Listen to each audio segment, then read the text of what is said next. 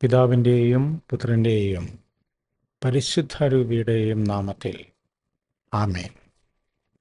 വീണ്ടും വചനവുമായി വരുവാൻ സാധിക്കുന്നതിന് കർത്താവിൻ്റെ കൃപയ്ക്ക് നന്ദി പറയുന്നു. ഒരു തെറ്റ് തിരുത്തുക എന്ന ഉദ്ദേശത്തോടു കൂടിയാണ് ഇന്നത്തെ വചന സന്ദേശം.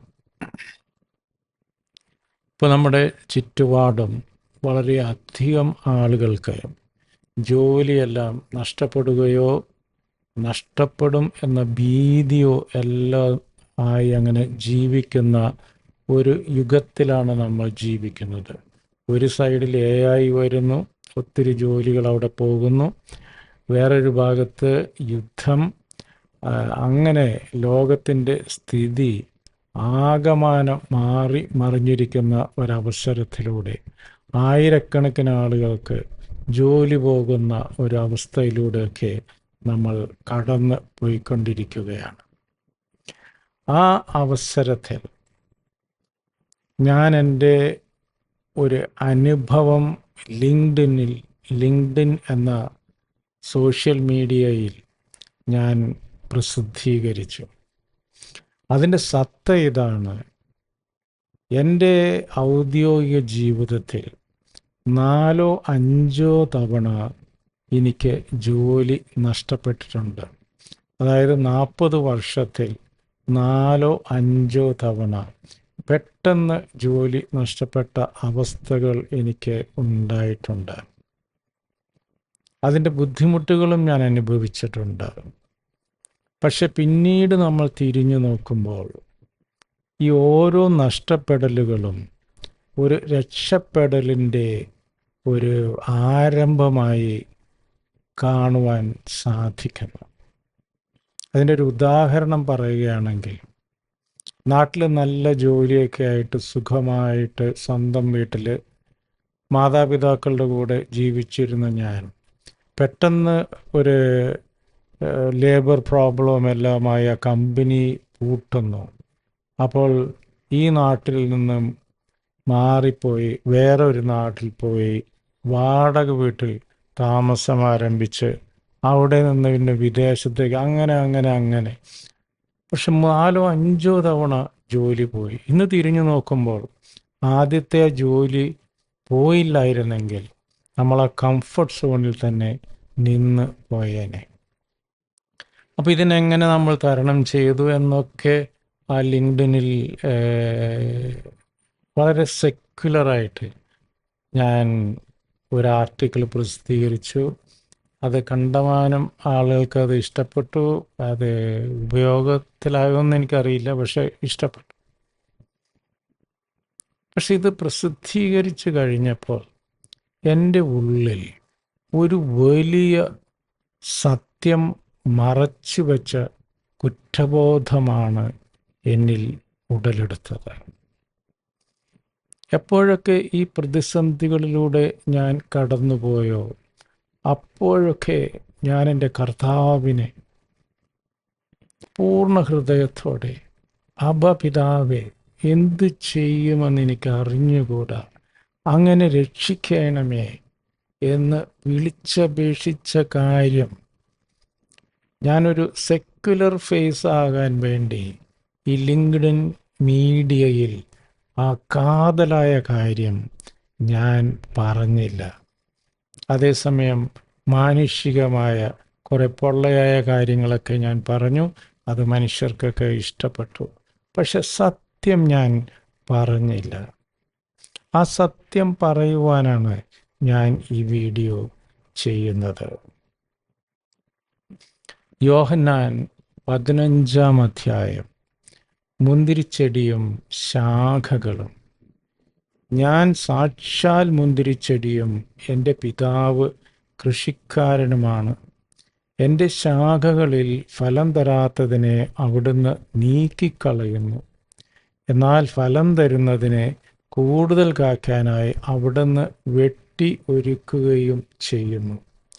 ഞാൻ നിങ്ങളോട് പറഞ്ഞ വചനനിമിത്തം നിങ്ങൾ ശുദ്ധി ഉള്ളവരായിരിക്കുന്നു. നിങ്ങൾ എന്നിൽ വസിക്കുവിൻ, ഞാൻ നിങ്ങളിലും വസിക്കും. മുന്തിരിച്ചെടിയിൽ നിൽക്കാതെ ശാഖയ്ക്ക് സ്വയമേവ ഫലം പുറപ്പെടുവിക്കാൻ സാധിക്കാത്തതുപോലെ എന്നിൽ വസിക്കുന്നില്ലെങ്കിൽ നിങ്ങൾക്കും സാധിക്കുകയില്ല. ഞാൻ മുന്തിരിച്ചെടിയും നിങ്ങൾ ശാഖകളുമാണ്. ആര് എന്നിലും ഞാൻ അവനിലും വസിക്കുന്നുവോ അവൻ ഏറെ ഫലം പുറപ്പെടുവിക്കുന്നു. എന്നെ കൂടാതെ നിങ്ങൾക്ക് ഒന്നും ചെയ്യാൻ കഴിയുകയില്ല. എന്നിൽ വസിക്കാത്തവൻ മുറിച്ച ശാഖ പോലെ പുറത്തെറിയപ്പെടുകയും ഉണങ്ങിപ്പോവുകയും ചെയ്യുന്നു. അത്തരം കമ്പുകൾ ശേഖരിച്ച് തീയിലിട്ട് കത്തിച്ചു കളയുന്നു. നിങ്ങൾ എന്നിൽ വസിക്കുകയും എൻ്റെ വാക്കുകൾ നിങ്ങളിൽ നിലനിൽക്കുകയും ചെയ്യുന്നെങ്കിൽ ഇഷ്ടമുള്ളത് ചോദിച്ചു കൊള്ളുക, നിങ്ങൾക്ക് ലഭിക്കും. നിങ്ങൾ ധാരാളം ഫലം പുറപ്പെടുവിക്കുകയും അങ്ങനെ എൻ്റെ ശിഷ്യന്മാരായിരിക്കുകയും ചെയ്യുന്നത് വഴി പിതാവ് മഹത്വപ്പെടുന്നു. ദൈവവചനമാണ് നമ്മൾ കേട്ടത്. നമുക്ക് ദൈവത്തെ സ്തുതിക്കാം. യേശു കർത്താവേ നന്ദി, യേശു കർത്താവേ സ്തോത്രം. Hallelujah, hallelujah, hallelujah. Praise you, adore you, worship Jesus Christ. Hallelujah. അപ്പം എന്തൊക്കെ പ്രതിസന്ധികളിലൂടെ നമ്മൾ കടന്നു പോകുമ്പോഴും നമ്മുടെ ദൈവമായ കർത്താവിനെ പൂർണ്ണ ഹൃദയത്തോടെ, പൂർണ്ണ ആത്മാവോടെ, പൂർണ്ണ ശക്തിയോടെയും കൂടെ നമ്മൾ ഏറ്റുപറയുകയാണെങ്കിൽ കർത്താവ് നമ്മുടെ ജീവിതത്തിൽ ഇടപെടും എന്നുള്ളത് 100%. ഇത് പല പ്രാവശ്യം എൻ്റെ ജീവിതത്തിൽ ഞാൻ അനുഭവിച്ചിട്ടുള്ളതാണ്. അതിന് ജോലി പോകണമെന്നൊന്നുമില്ല. പലപ്പോഴും നമ്മൾ കുറേ കാര്യങ്ങളൊക്കെ ചെയ്തു, പക്ഷെ ഒരു ഫലവും ലഭിക്കുന്നില്ല. അങ്ങനെയുള്ള അവസരങ്ങളിൽ നമ്മൾ ആത്മശോധന ചെയ്യുകയാണെങ്കിൽ തീർച്ചയായും നമുക്ക് മനസ്സിലാകും നമ്മൾ ദൈവത്തിൽ നിന്ന് അകലെയായിരുന്നു. ദൈവത്തിനോട് അടുക്കുമ്പോൾ എല്ലാം വളരെ ലളിതമാകുന്നു. നമ്മൾ കൂടുതൽ ഫലം പുറപ്പെടുവിക്കുന്നവരായി തീരുന്നു. അപ്പോൾ എന്തൊക്കെ നിരാശയുടെ പടുകുഴിയിലാണെങ്കിലും, എന്തൊക്കെ പ്രതിസന്ധിയുടെ പടുകുഴിയിലാണെങ്കിലും നമുക്ക് കർത്താവിലേക്ക് തിരിയാം. അവനാണ് നമ്മെ നയിക്കുന്നത്. നമുക്ക് അവൻ്റെ കരങ്ങളിൽ പിടിക്കാം. അവൻ്റെ പദ്ധതി അനുസരിച്ച് അവൻ നമ്മളെ നയിക്കും. അവന് നമ്മളെക്കുറിച്ച് വലിയ പദ്ധതികളുണ്ട്. അത് നാശത്തിലേക്കുള്ളതല്ല.